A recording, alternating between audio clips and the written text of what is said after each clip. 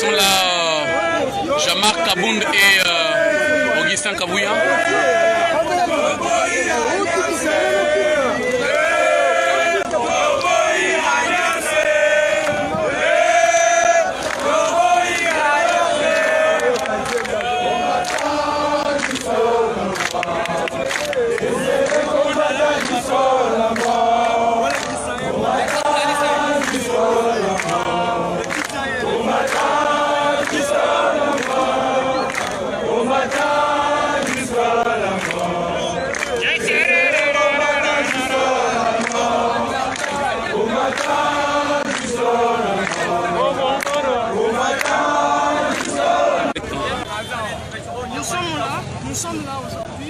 Nous sommes là aujourd'hui.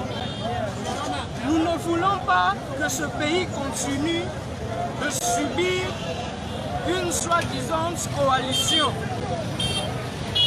C'est pourquoi aujourd'hui, nous avons organisé cette marche pacifique où toute cette marche ne concernait pas que le combattant de l'UDPS, mais tout le peuple congolais.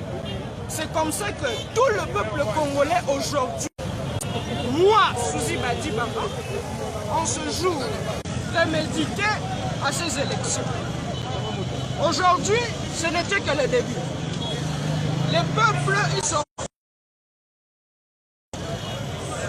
Ce n'est qu'un début. Ceux qui besoin de FCC, besoin de roi, Bokeba. Bokeba. Bon roi, aoumela wana bokonzi te. Suka atikelaka mwana na prince. Na minute oyo. Comme bino, bozo yoka te, bozo continuer bras de fer. Na mokonzi ya mboka. Peuple, biso wana na balaba. Donc on continue na bino. À chaque moment oyo boko banda ko désigner batu oyo peuple elingi te. Donc ozala na balaba. J'en appelle à toute la population. Je mobilise et je sensibilise toute la population. Bino bae bozala banda. Bolali en espérance. Bobi malabalabala. Nous sommes tous ici pour revendiquer bateau. Oh, lelo est $10, 20 000 francs.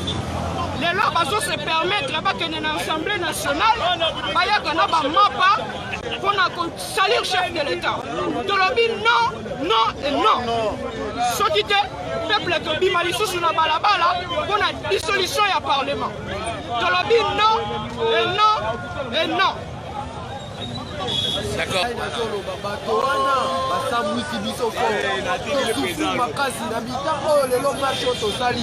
Biloko bazosala parlement na makambo oyo baponi mukaseni toboye tolingi komona ete biso toza awa tosufrir makasi misala eza te Faci avanda apesa biso misala makambo oyo boye na boye baya awa ke bakosa biso makambo kokosa wana biso tosi toboyi état de droit oyo tobanda koluka yango oyo tokomi kovivre yango oyo nde eloko nga nazalaki akoloba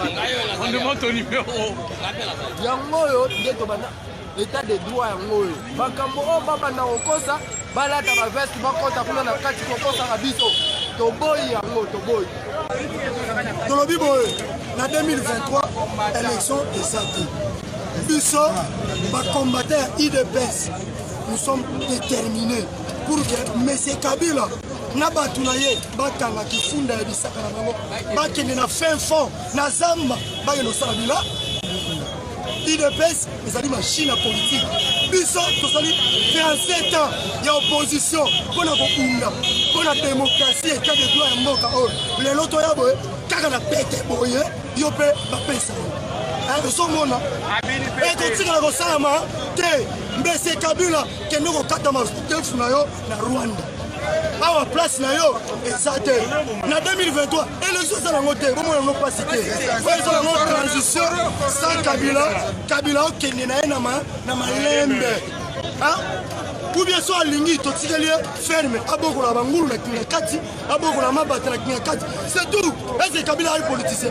Pas politicien yo arimashi otiki mandef otiki sukebele. Est-ce que tu veux que la politique yo so politicien na moko yo arimashi oso politicien de minaku songa professeur oso professeur songa professeur Nemi Wilania oso professeur songa à l'université boni ba blague oso ba blague si que la politique na ba politicien. Nous sommes un politicien, il est best, machine à politique. Nous sommes toujours nengeni politique et zalaka.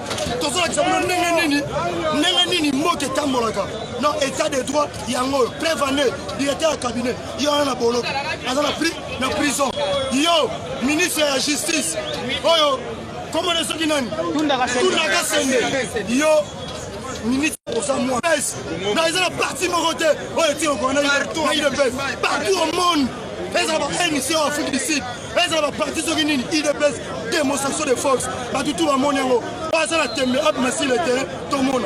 IDPS, c'est un mot, puis le monde est au monde. Donc, c'est un ami pour les combattants.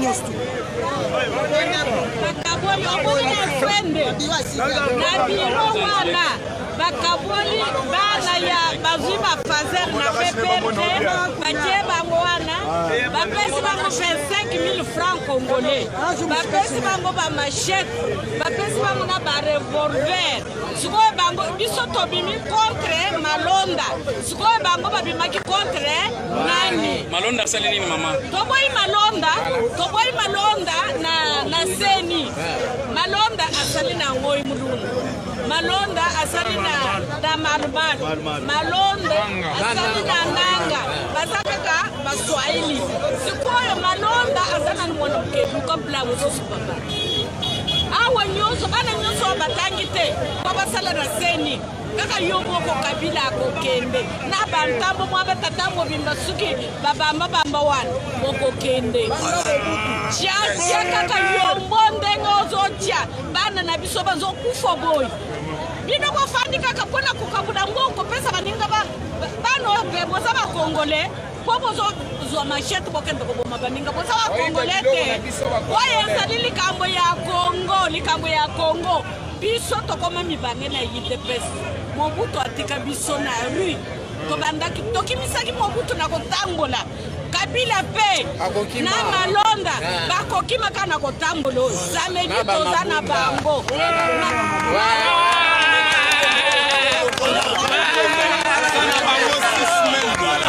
Ok, merci beaucoup. Moi je parle en tant que combattante, en tant que congolaise. Mais ça la peine à Lingala, c'est mieux. En tant que combattante, en tant que congolaise, pour la chef de l'État de la République démocratique du Congo. Biso yoto yaki awa tosaki marche pona malonda na seni toboya kiye mokoyo Kabila monisa batu pasi mingi pendant 18 ans. Je sais pas que pourquoi on peut ça machette na mbongo bima na balaba bakata bato machette na banini bato ba congolais bato congolais ba na balaba ba ko sala nini parce que IDPS to bebisité to bomité to ko bango muto tinaki bango na ba machette wana na ba mbongo kwa ko bato bacha bato machette na zoto ba boye. Pour le moment, c'est Félix qui dirige au Congo. Si vous savez que c'est Kabila, c'est pas Kabila, c'est Félix Antoine Tshisekedi Tshilombo. On ne donne pas le pouvoir. Le pouvoir vient à Dieu. Zambi a pété le pouvoir pour Félix, le pouvoir. Zambi on a commandé le Félix. Félix, c'est la maquille de Yesu Azotonaye. Azala protégé par le sang de Jésus-Christ. Tapis rouge, azotambolela makila na Yesu. Kita kovanda makila na Yesu. Muta kotambolela makila na Yesu. Avion kokota makila na Yesu. Niko kolobela makila na Yesu. Sécurité ya Lola etambola na ye. Zambala tse antibali ya Lola. Surtout bakasi kosima Félix azoto bazokosa. Wa kosima Félix asimbi nsambe. Wa kosima na Congo asimbi nsambe. Il va réussir, c'est lui le chef de l'État. Nous autres moi, parce qu'il y a les gens, on va terminer dans le coin, à Otanga, tiens mon anicasu, on peut se Félix, merci. Mon tabac de Félix, arrête à mon tocatin, à Rebiso, qui toque pendant l'année pour y tomber Tani. Pourquoi peut se merci? Naji, quand on entend comment je gagne dans le coin, au côté où comment je rentre à taxi, Kabila fait du mal dans ce pays. Tout roy, il dépasse Signaka, ton chef qui n'a qu'à. Dans le biais élection en 2023. Parce que le président n'a pas travaillé. président travailler coronavirus c'est pas Ebola et pas Félix va travailler 2023 il n'y a pas l'élection et candidat Félix il est là pour travailler pas c'est pas travailler l'article c'est quoi à travailler what article c'est quoi asala bozo telema boya bekenza makosa charger na bino kamba kosa charger na bino oyo bozo sala na moko oyo boya bite tozo fukama na mboka Congo oyo nyonso aza contre pouvoir oyo aza contre Félix zamba kobeta mutolotolo zamba kofrape bango clément bakutana nzambe bato wana baza contre moko oyo baza contre mokonzi ya mboka bala na problème bana na pote bamela mai te banya bungo te bana tongela bana za makele te ona zamba na nyonso yango wana Amesa lobby likambo là très important. Président Lobaki, il faut justice d'abord. Il se fait pas tout d'abord. Alors Lobaki a envoyé mon corps les gars générique na RTNC. Attends-moi na mai na ngai. Yete attends-moi na mai na so me ki mukamate. Et ça c'est ce que dit comme que ça m'a ramené. Il va bon il pendant 18 ans. Nous va aussi peut-être dirigé. Na fait ça président parti au bana yo. Nous avons des IDPS tout ça va congolais. Pour continuer ma rambo pour tomber c'est abisso. Il Lobaki attends-moi na mai na yo au Kangai. Continuer la loi na yo papa que ça va pas une continuité d'amour. Ça la musala biso la congolais to lia. Comme la misala pesa na mboka on tostenga yo yango wana président mboka na moko. Bon merci. Profite occasion pour on a fait ça information et la direct comme pas mokonzi ya mboka. Lelo ezali ba onyo so ba bimio ezali ba combattre IDPS. Mais ezali population peuple congolais et tellement que bayebi que machine oyo ya force oyo qui ko déraciner force ya malheur nyonso c'est l'IDPS yango nde ezali ko incarner changement ya mboka oyo yango moni bato nyonso ezala même bato ya mboka bato nyonso bazali awa baye pour renforcer de façon que tolini histoire ya malonda te gloire à Dieu toyoki déjà message ya CG alobi déjà que non apesi bango 48 heures apesi nani madame Mabundi c'est Mabundi wana 48 heures à s'exprimer pour un problème ya malonda wana eza déjà page tournée oyo koloba to souffrir na ba élection oyo ezosalama bato bakokufaka mais ndenge biso na IDPS tozalaka toujours l'espoir que toyebi que c'est IDPS qui va organiser les meilleures élections. Alors pour na biso la population congolaise toute na bamboka nyonso bapaya élection esalamaka na ministère intérieur. Pourquoi awa kaka seni kaka mwa bloc baoba ba société civile oyo bani biloko tolingi yango te biloko nyonso po zonga na ministère ya intérieur quelqu'un fois azongisa seni azongisa organisation nyonso nini eza amabilité ya makambo ya baélection de la sorte que makambo ya baconcestation na esila na mboka oyo yo toyebaki fati azi pouvoir kimi ekoti na mboka changement ekoti biso badotama mais tozo remarke bato oyo bazotama neti par exemple na mouvement lelo mais toremarke bamachete na baarme bato na kati na biso wana parmi les populations na bapistolet bauti wapi bao bakufu na minute oyo bao baza na bahôpitaux bao bablessé bamachete wana euti wapi qui ont donné ces machettes et barevolver wana euti wapi ezalaki moko te barevolver ezefele na kati ya population c'est quoi au juste en tout cas président eza un peu de kolandela dossier wana umelemba gaz na miso na mungu yamemulamo problème na mungu yokeke Kabila abika pouvoir na mpagne yanyama erenye banda 18 ans mutata na mpira amezola na CCP amepesa nani président Félix Tshisekedi en place avant nasala kisalo na ngi dérangement ya imoka na bove amebaka na pete abika akwenda amebaka mingi yanga continue ke babizeti na betalanda tina kinga kati etmele na betalanda tina kinga kati papa amebunda mingi sana ba pouvoir betme baka yo abika betu sala kisalo bana population amoke Tshisekedi amesala kisalo yani na gauche Félix na droite kisalo mutata sala nki modèle ngesa nyemona déjà papa mama na katianzo papa metu ba ke kubula ve bana nge mama nyetu ba mutabulanje jamais population président ake mutu moshi nanzo muke mama nanzo muke na papa na bana papa metu bakima mutavanga kima ke mutu bila bana ke papa metu ametu bakima mutatu baveki makaga papa Tshisekedi ametu Kabila ametu ke ngesala budget yo bana be budget muke en bref l'article 70 Robini. Voilà, article 70 et de Biboy. Pour Mongo y a organisé l'élection en 2023 et salité. Non, ceci le coronavirus. Article 70 lobby que le président actuel reste en fonction jusqu'à l'élection du nouveau président. Il y a quoi? Ils sont pas tout comme qui constitution ils sont tout l'article alors article 1 c'est une bande de malfaiteurs FCC. Baza ba Rwandais, baza bande ko na bisote. Bazonde pa na bango basi ba yiba Pedro. Ba kente to yebi bango to yebi bande kuna bango. Baza wana ba ruberwa, ba Nganyarabu tout ça. Est-ce que biso ba Congolais to zaka na ba Congo wana? Ba ruberwa, ba rugabu bisengemani ba nani? Baza bande kuna bisote. Basi ba yiba trop, bazonde pa na bango.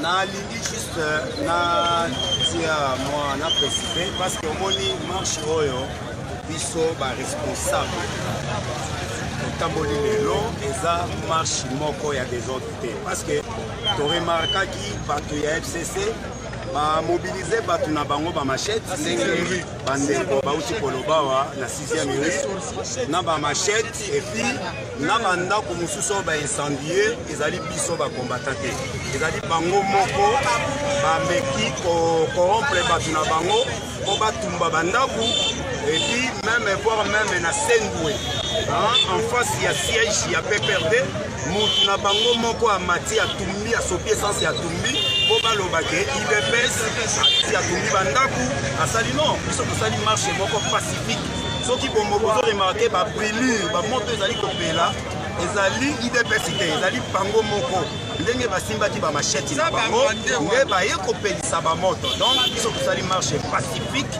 tobebisi eloko ya motu te to respecter constitution ndenge elobi na baconsigne ya bakonzi na biso donc le reste ezali bango moko lokola bazali bacriminel babandi donc bango moko bakoze badega wana mpo bakosela biso. Merci beaucoup. Merci beaucoup, nous continuons avec notre interview.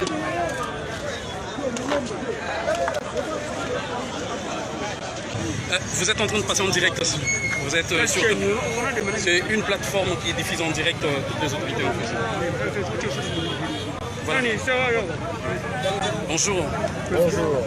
Ouais, quelles sont les impressions que vous avez en ce moment après tout ce qui s'est passé comme prévu de la marche qui a été prévue aujourd'hui? Eh bien voilà, nous sommes le changement en marche. Nous sommes venus soutenir nos alliés de l'UDPS, notre partenaire privilégié.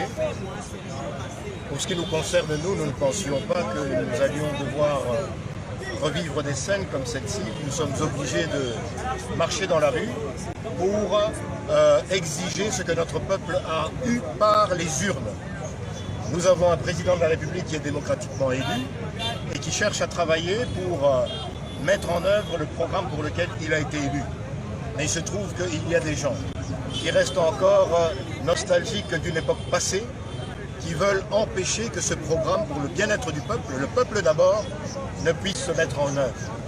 Voilà pourquoi nous nous sommes joints à ceci, pour dire non, comme tout le monde ici, comme toute la population congolaise, pour dire que s'il y a une majorité de 300 personnes au Palais du Peuple, il y a une majorité populaire qui s'est exprimée aujourd'hui et que tout le monde a vu et qui est prêt à descendre encore et à marcher comme un seul homme pour faire échec au plan diabolique du FCC et de tous les acolytes. La dernière question, vous pensez que ça va aboutir à quelque chose ou cette marche ramènera au moins un changement? Vous pensez, vous en êtes sûr? Est-ce que vous pensez que le peuple marche pour rien?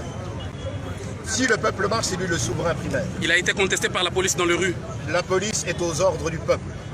Le peuple est le souverain primaire. Il s'est exprimé aujourd'hui aux politiciens de tous les bords d'en tirer les conséquences. Voilà, je vous remercie. But to speak English, you can talk here. Everybody will listen to you. Okay, well, this is a great day for the DRC. So let me ask you a question. Why you are here? We are in the road, you are a personality, but what do you do here? Well, my name is Jean-Marie Kabemba. Yeah. I'm the president of a political party which is called Les Républicains Chrétiens. Okay. So we are in partnership with the UDPS, with whom we've been working in a platform which is called Le Changement en Marche, which means change now and here. So, why we came here? We came here because we never thought that we would come back on the street like we did ages ago. It's just because we have people who still believe that they're in power, where the people has taken power and they want to see their president, whom they elected in 2019, to take over and lead all the programs that he has to lead. Okay. Now, we are fighting against a system that believes that they still have the right to speak on behalf of the people. So, against their majority, which is in parliament, the majority that we think, or they think, is able to dictate what the people of Congo is going to do, we want to prove to them that the majority of the people, sovereignties people, they are on the street today to say no. We don't want to see these Seni, Malonda and all this shit. We don't want to see them anymore. What people can say today? You just tell them that the people have spoken today. They've spoken loud and clear. And we believe that the people, they know today that they have the real majority. Majority is not in parliament. Majority is with the people. Okay. Thank you so much.